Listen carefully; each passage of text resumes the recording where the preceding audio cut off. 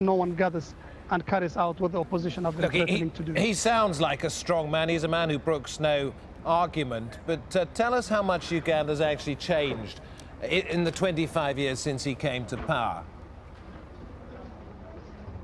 Uganda has changed a lot under President Yoweri Museveni. He took over power in Uganda from former President Milton Obote forcefully when he came to power in 1986. Uganda by then was nearly written off as a failed state. Power had changed between 6 administrations, and forcefully at that, in just 24 years. And Museveni is being credited with the stability that Uganda is enjoying, and not only the stability, but also the visibility within this volatile region, and also the huge roles it's playing in trying to pacify and bring security to different parts of this Eastern Africa region, particularly in Somalia, where they have up to 8,000 troops keeping peace on behalf of the African Union.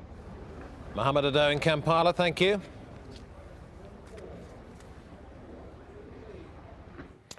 More on the unrest now, which is sweeping the Arab world, North Africa and elsewhere too. In Djibouti, that's in the Horn of Africa, there have been anti-government protests.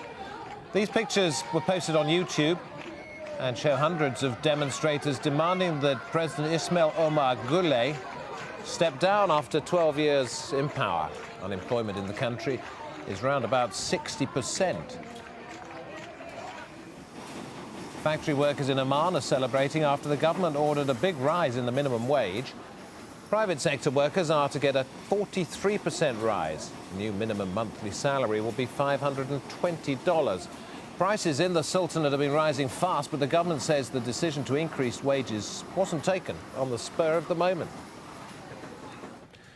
In China, democracy campaigners say there's been a massive government crackdown on protests which echo what's happening in the Arab world.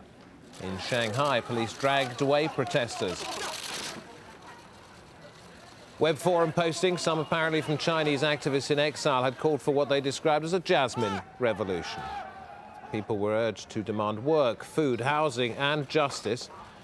Campaigners say leading activists have disappeared and the internet and text messages appear to be censored. One arrested woman described the Chinese government as, this is a quote, a tyranny that suppresses its citizens. Well, we were talking about what was happening in Yemen, been going on now for round about 10 days. Let's join our correspondent, Hashim Akhabara, who's in the capital, Sana'a. What was it the president said to the crowds earlier on today? Well, he offered the protesters talks with him about an exit strategy. But he said at the same time, he was very defiant that he won't allow anybody to bring about change by just going to the streets. He made it clear that he is open to any talk, but within the framework of the constitution. But Saleh, who came under mounting criticism from international human rights organizations for the clampdown unleashed on the protesters, pledged to ensure the safety of the media and the pro-democracy activists. In fact, in a surprise move, the chief of security of the capital, Sana'a, met with the students a few moments ago and promised that from now onwards they would be free to demonstrate in the capital without being attacked or harassed by the mobs and pro-government supporters. Does anybody believe that to be the case?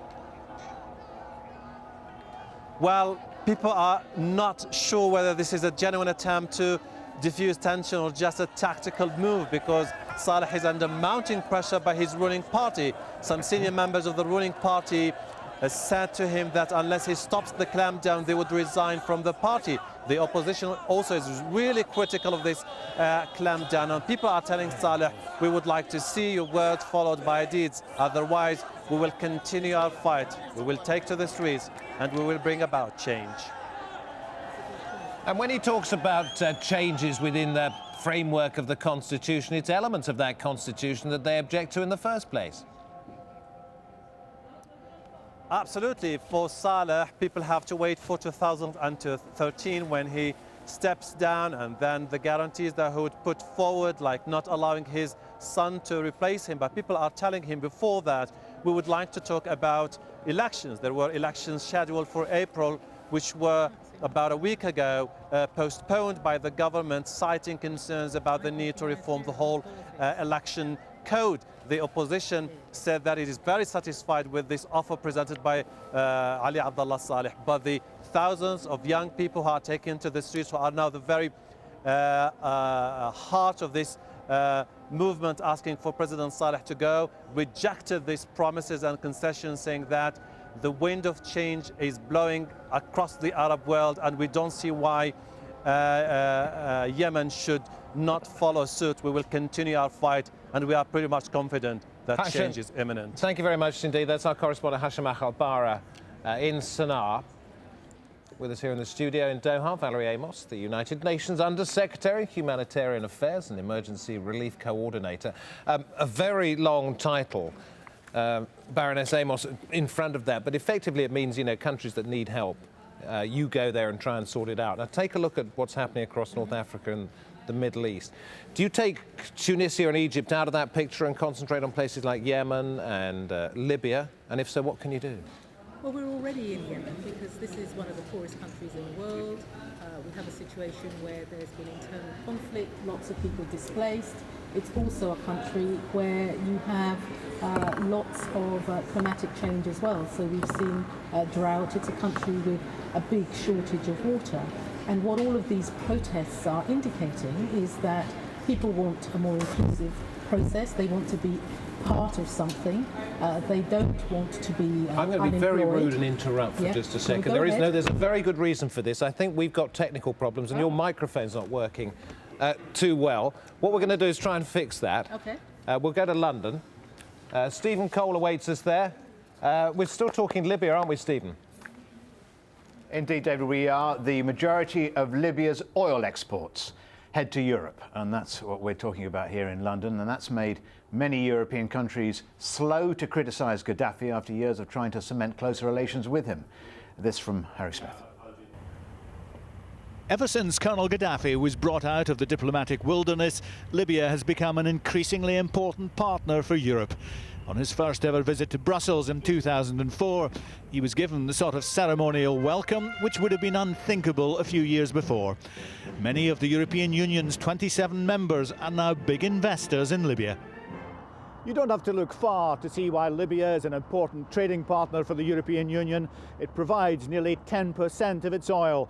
It's now the third largest supplier behind Norway and Russia, and its importance is growing.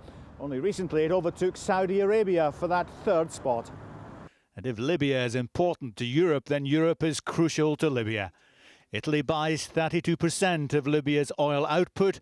Germany takes 14%, France 10%, the rest of Europe 23%. That means Europe takes a total of 79% of Libya's oil, by far its biggest customer. It was the decision of the United Nations to lift sanctions against Gaddafi's government that started the European rush. The former colonial power Italy was among the first to normalise relations. Others soon followed, attracted by the prospect of oil from a supplier close to Europe. Libya has the largest reserves of oil in Africa, and its deposits